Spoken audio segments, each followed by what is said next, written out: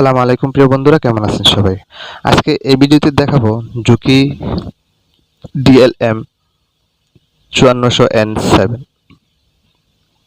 এটা সাধারণ কিছু প্রোগ্রাম যা সবসময় আমরা ব্যবহার করতে হয়। যেমন দেখাবো আপনার এটার উইবার কিভাবে চালাতে হয় এবং নাইফ অন অফ কিভাবে করতে হয় এবং স্পিড আর অন্য কিছু গুরুত্বপূর্ণ প্রোগ্রামগুলো দেখাবো। তাই সবাইকে অনুরোধ করছি ভিডিওটি শেষ পর্যন্ত দেখার জন্য, না টেনে দেখার জন্য। কেউ টেনে টেনে দেখবেন না, তাহলে বুঝতে পারবেন না। যদি নতুন হয়ে থাকেন তাহলে আমাদের এই ভিডিওতে অনেক কিছু দেখানো হবে যা গুরুত্বপূর্ণ সবগুলো প্রোগ্রাম এবং আগে এবং এরপরে অনেক এই cp18 নিয়ে আমরা অনেক ভিডিও করব এবং করেছি, সেগুলো আপনি চাইলে দেখে আসতে পারবেন। তাহলে প্রথমে আমরা যে কাজটি করতে হবে, আই বাটন চেপে ধরে পাওয়ার সুইচ অন করতে হবে। আই বাটন চেপে ধরে পাওয়ার সুইচ অন করলে এই প্রোগ্রাম 1 আসবে। এটা হচ্ছে দ্বিতীয় স্টেপে। আগের ভিডিওতে বলে দিয়েছিলাম 1 স্টেপ, 2 স্টেপ এবং 3 স্টেপ। এই cp18 বোর্ডে 3টা স্টেপ আছে, যা 3টা স্টেপের ভিতরে প্রথম স্টেপ আমি দেখাই দিয়েছি এবং এটা দ্বিতীয় স্টেপে আরেকটি ভিডিও দেখাচ্ছি। এটা হচ্ছে সাধারণ নলেজ, মানে যে প্রোগ্রামগুলো না জানলেই নয়, সেই প্রোগ্রামের জন্য আমি এই ভিডিওটা অবশ্যই শেষ পর্যন্ত দেখবেন। তাহলে প্রোগ্রাম একে কি আছে? প্রোগ্রাম একে আছে আপনি প্রথম মেশিনটা চলার সময় কয়টি স্টেজ স্লো রাখবেন। এটা হচ্ছে প্রোগ্রামে স্লো স্টেজ।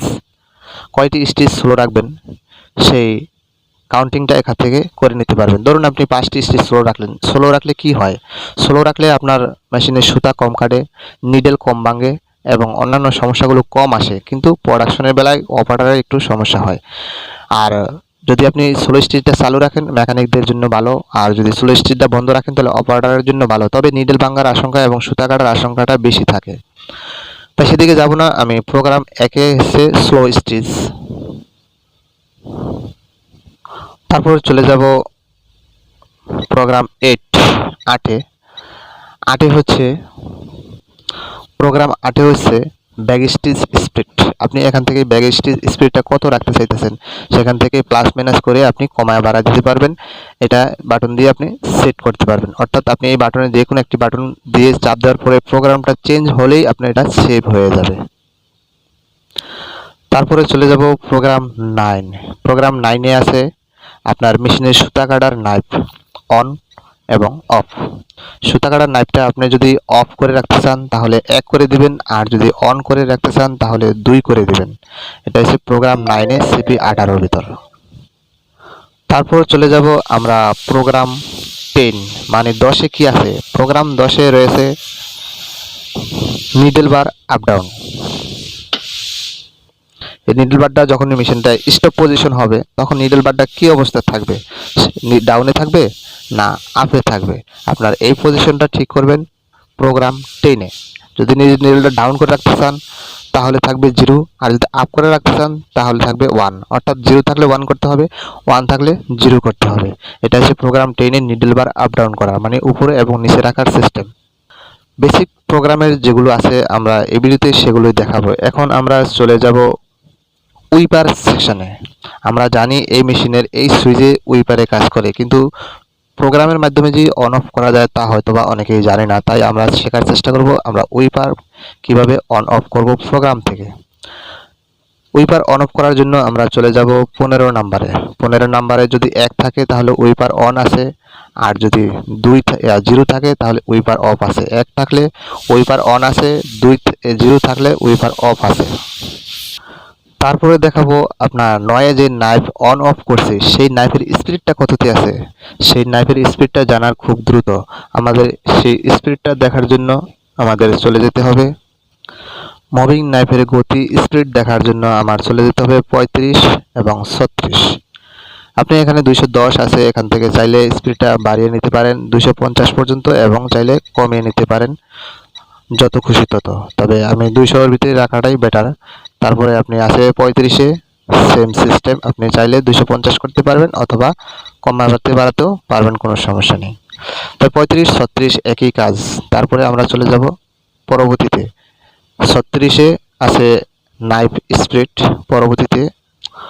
পরবর্তী প্রোগ্রাম 37 নাম্বার। এই 37 নাম্বারে আছে 800। এখানে আছে কি, আমরা 1 নাম্বারে যে স্লো স্টিচ ব্যবহার করছি 1 থেকে 9 পর্যন্ত, সেই স্লো স্পিডের স্পিডটা কত দিবেন, স্লো স্টিচের স্পিডটা কত দিবেন, এখানে আপনার সর্বনিম্ন আপনি ব্যবহার করতে পারবেন অথবা সর্বোচ্চ ব্যবহার করতে পারবেন। সর্বনিম্ন 100 পর্যন্ত ব্যবহার করতে পারবেন এবং সর্বোচ্চ 5000 পর্যন্ত ব্যবহার করতে পারবেন। তবে এটা 1000-এর নিচে রাখাই সবচেয়ে ভালো, যেহেতু আপনার স্লো স্টিচ ব্যবহার করবেন যেহেতু, তাহলে 1000-এর নিচেই ব্যবহার করাটা ভালো। তাই আমি 37-এ পেলাম স্লো স্টিচ। তারপরে পরের প্রোগ্রাম কি আছে, পরের সিস্টেমগুলোতে যেতে হবে আমাদের 95-তে। 95-তে কি আছে, 95-তে আছে মডেল চেঞ্জ। আপনার মেশিন অনুপাতে মডেলটি যদি না ব্যবহার করেন তাহলে এরর আসতে পারে, যেমন 302 অথবা অন্যান্য এররগুলো আসতে পারে। যদি এখানে মডেল নাম্বারটি ঠিক মতন সিলেক্ট না করেন তাহলে আপনার এরর আসবে, অথবা মেশিনটি স্পিড কন্ট্রোল থাকবে না, অথবা নানান ধরনের সমস্যা দিতে পারে যদি মডেল নাম্বার এখানে সিলেক্ট না থাকে। তারপরে চলে যাব 96-তে। 96-তে আছে স্পিড কন্ট্রোল, যেটা নিয়ে দেখাছিলাম প্রথম ফার্স্ট স্টেপে। আমরা পাওয়ার অন করার পরে আই বাটন একবার ক্লিক করে ধরে রাখার পর এখানে অপশন আসছে, সেখানে উইপার নাইফ এবং স্পিড ছিল। সেই স্পিডটা এখান থেকে ভিতর থেকেও কম বেশি করা যায়। তবে এই স্পিডটা লক কিভাবে করবেন তা 95-তে মডেল চেঞ্জ করার পর আপনি একটা নির্দিষ্ট পরিমাণের একটা স্পিড আসবে, সেখান থেকে এখানে লক হয়ে যাবে, স্পিড লক। তো এখান থেকে স্পিড লকটি আপনি করে নিতে পারবেন। এটা ছিল নর্মাল যে প্রোগ্রামগুলো করার, সেই প্রোগ্রামগুলো আমরা দেখিয়ে দিলাম। একটা হচ্ছে গুরুত্বপূর্ণ প্রোগ্রাম, সবসময় ব্যবহার করতে হয় ইজি প্রোগ্রামগুলো। যদি না জেনে থাকেন তাহলে আমাদের থেকে জানার জন্য আপনাকে অসংখ্য ধন্যবাদ। আর যদি আমাদের চ্যানেলটি ভালো লাগে অবশ্যই একটি লাইক দিবেন এবং অন্য বন্ধুদের দেখার জন্য শেয়ার করবেন।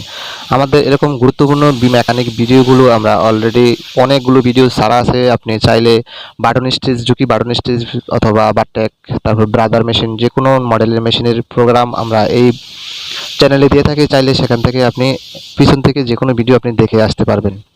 পরবর্তীতে আমরা অনেক গুরুত্বপূর্ণ ভিডিও নিয়ে আসতেছি, যা টেকআপ লিভার সম্বন্ধে আলোচনা করব, আপনার টেকআপ লিভারের পজিশনটা কিভাবে রাখবেন।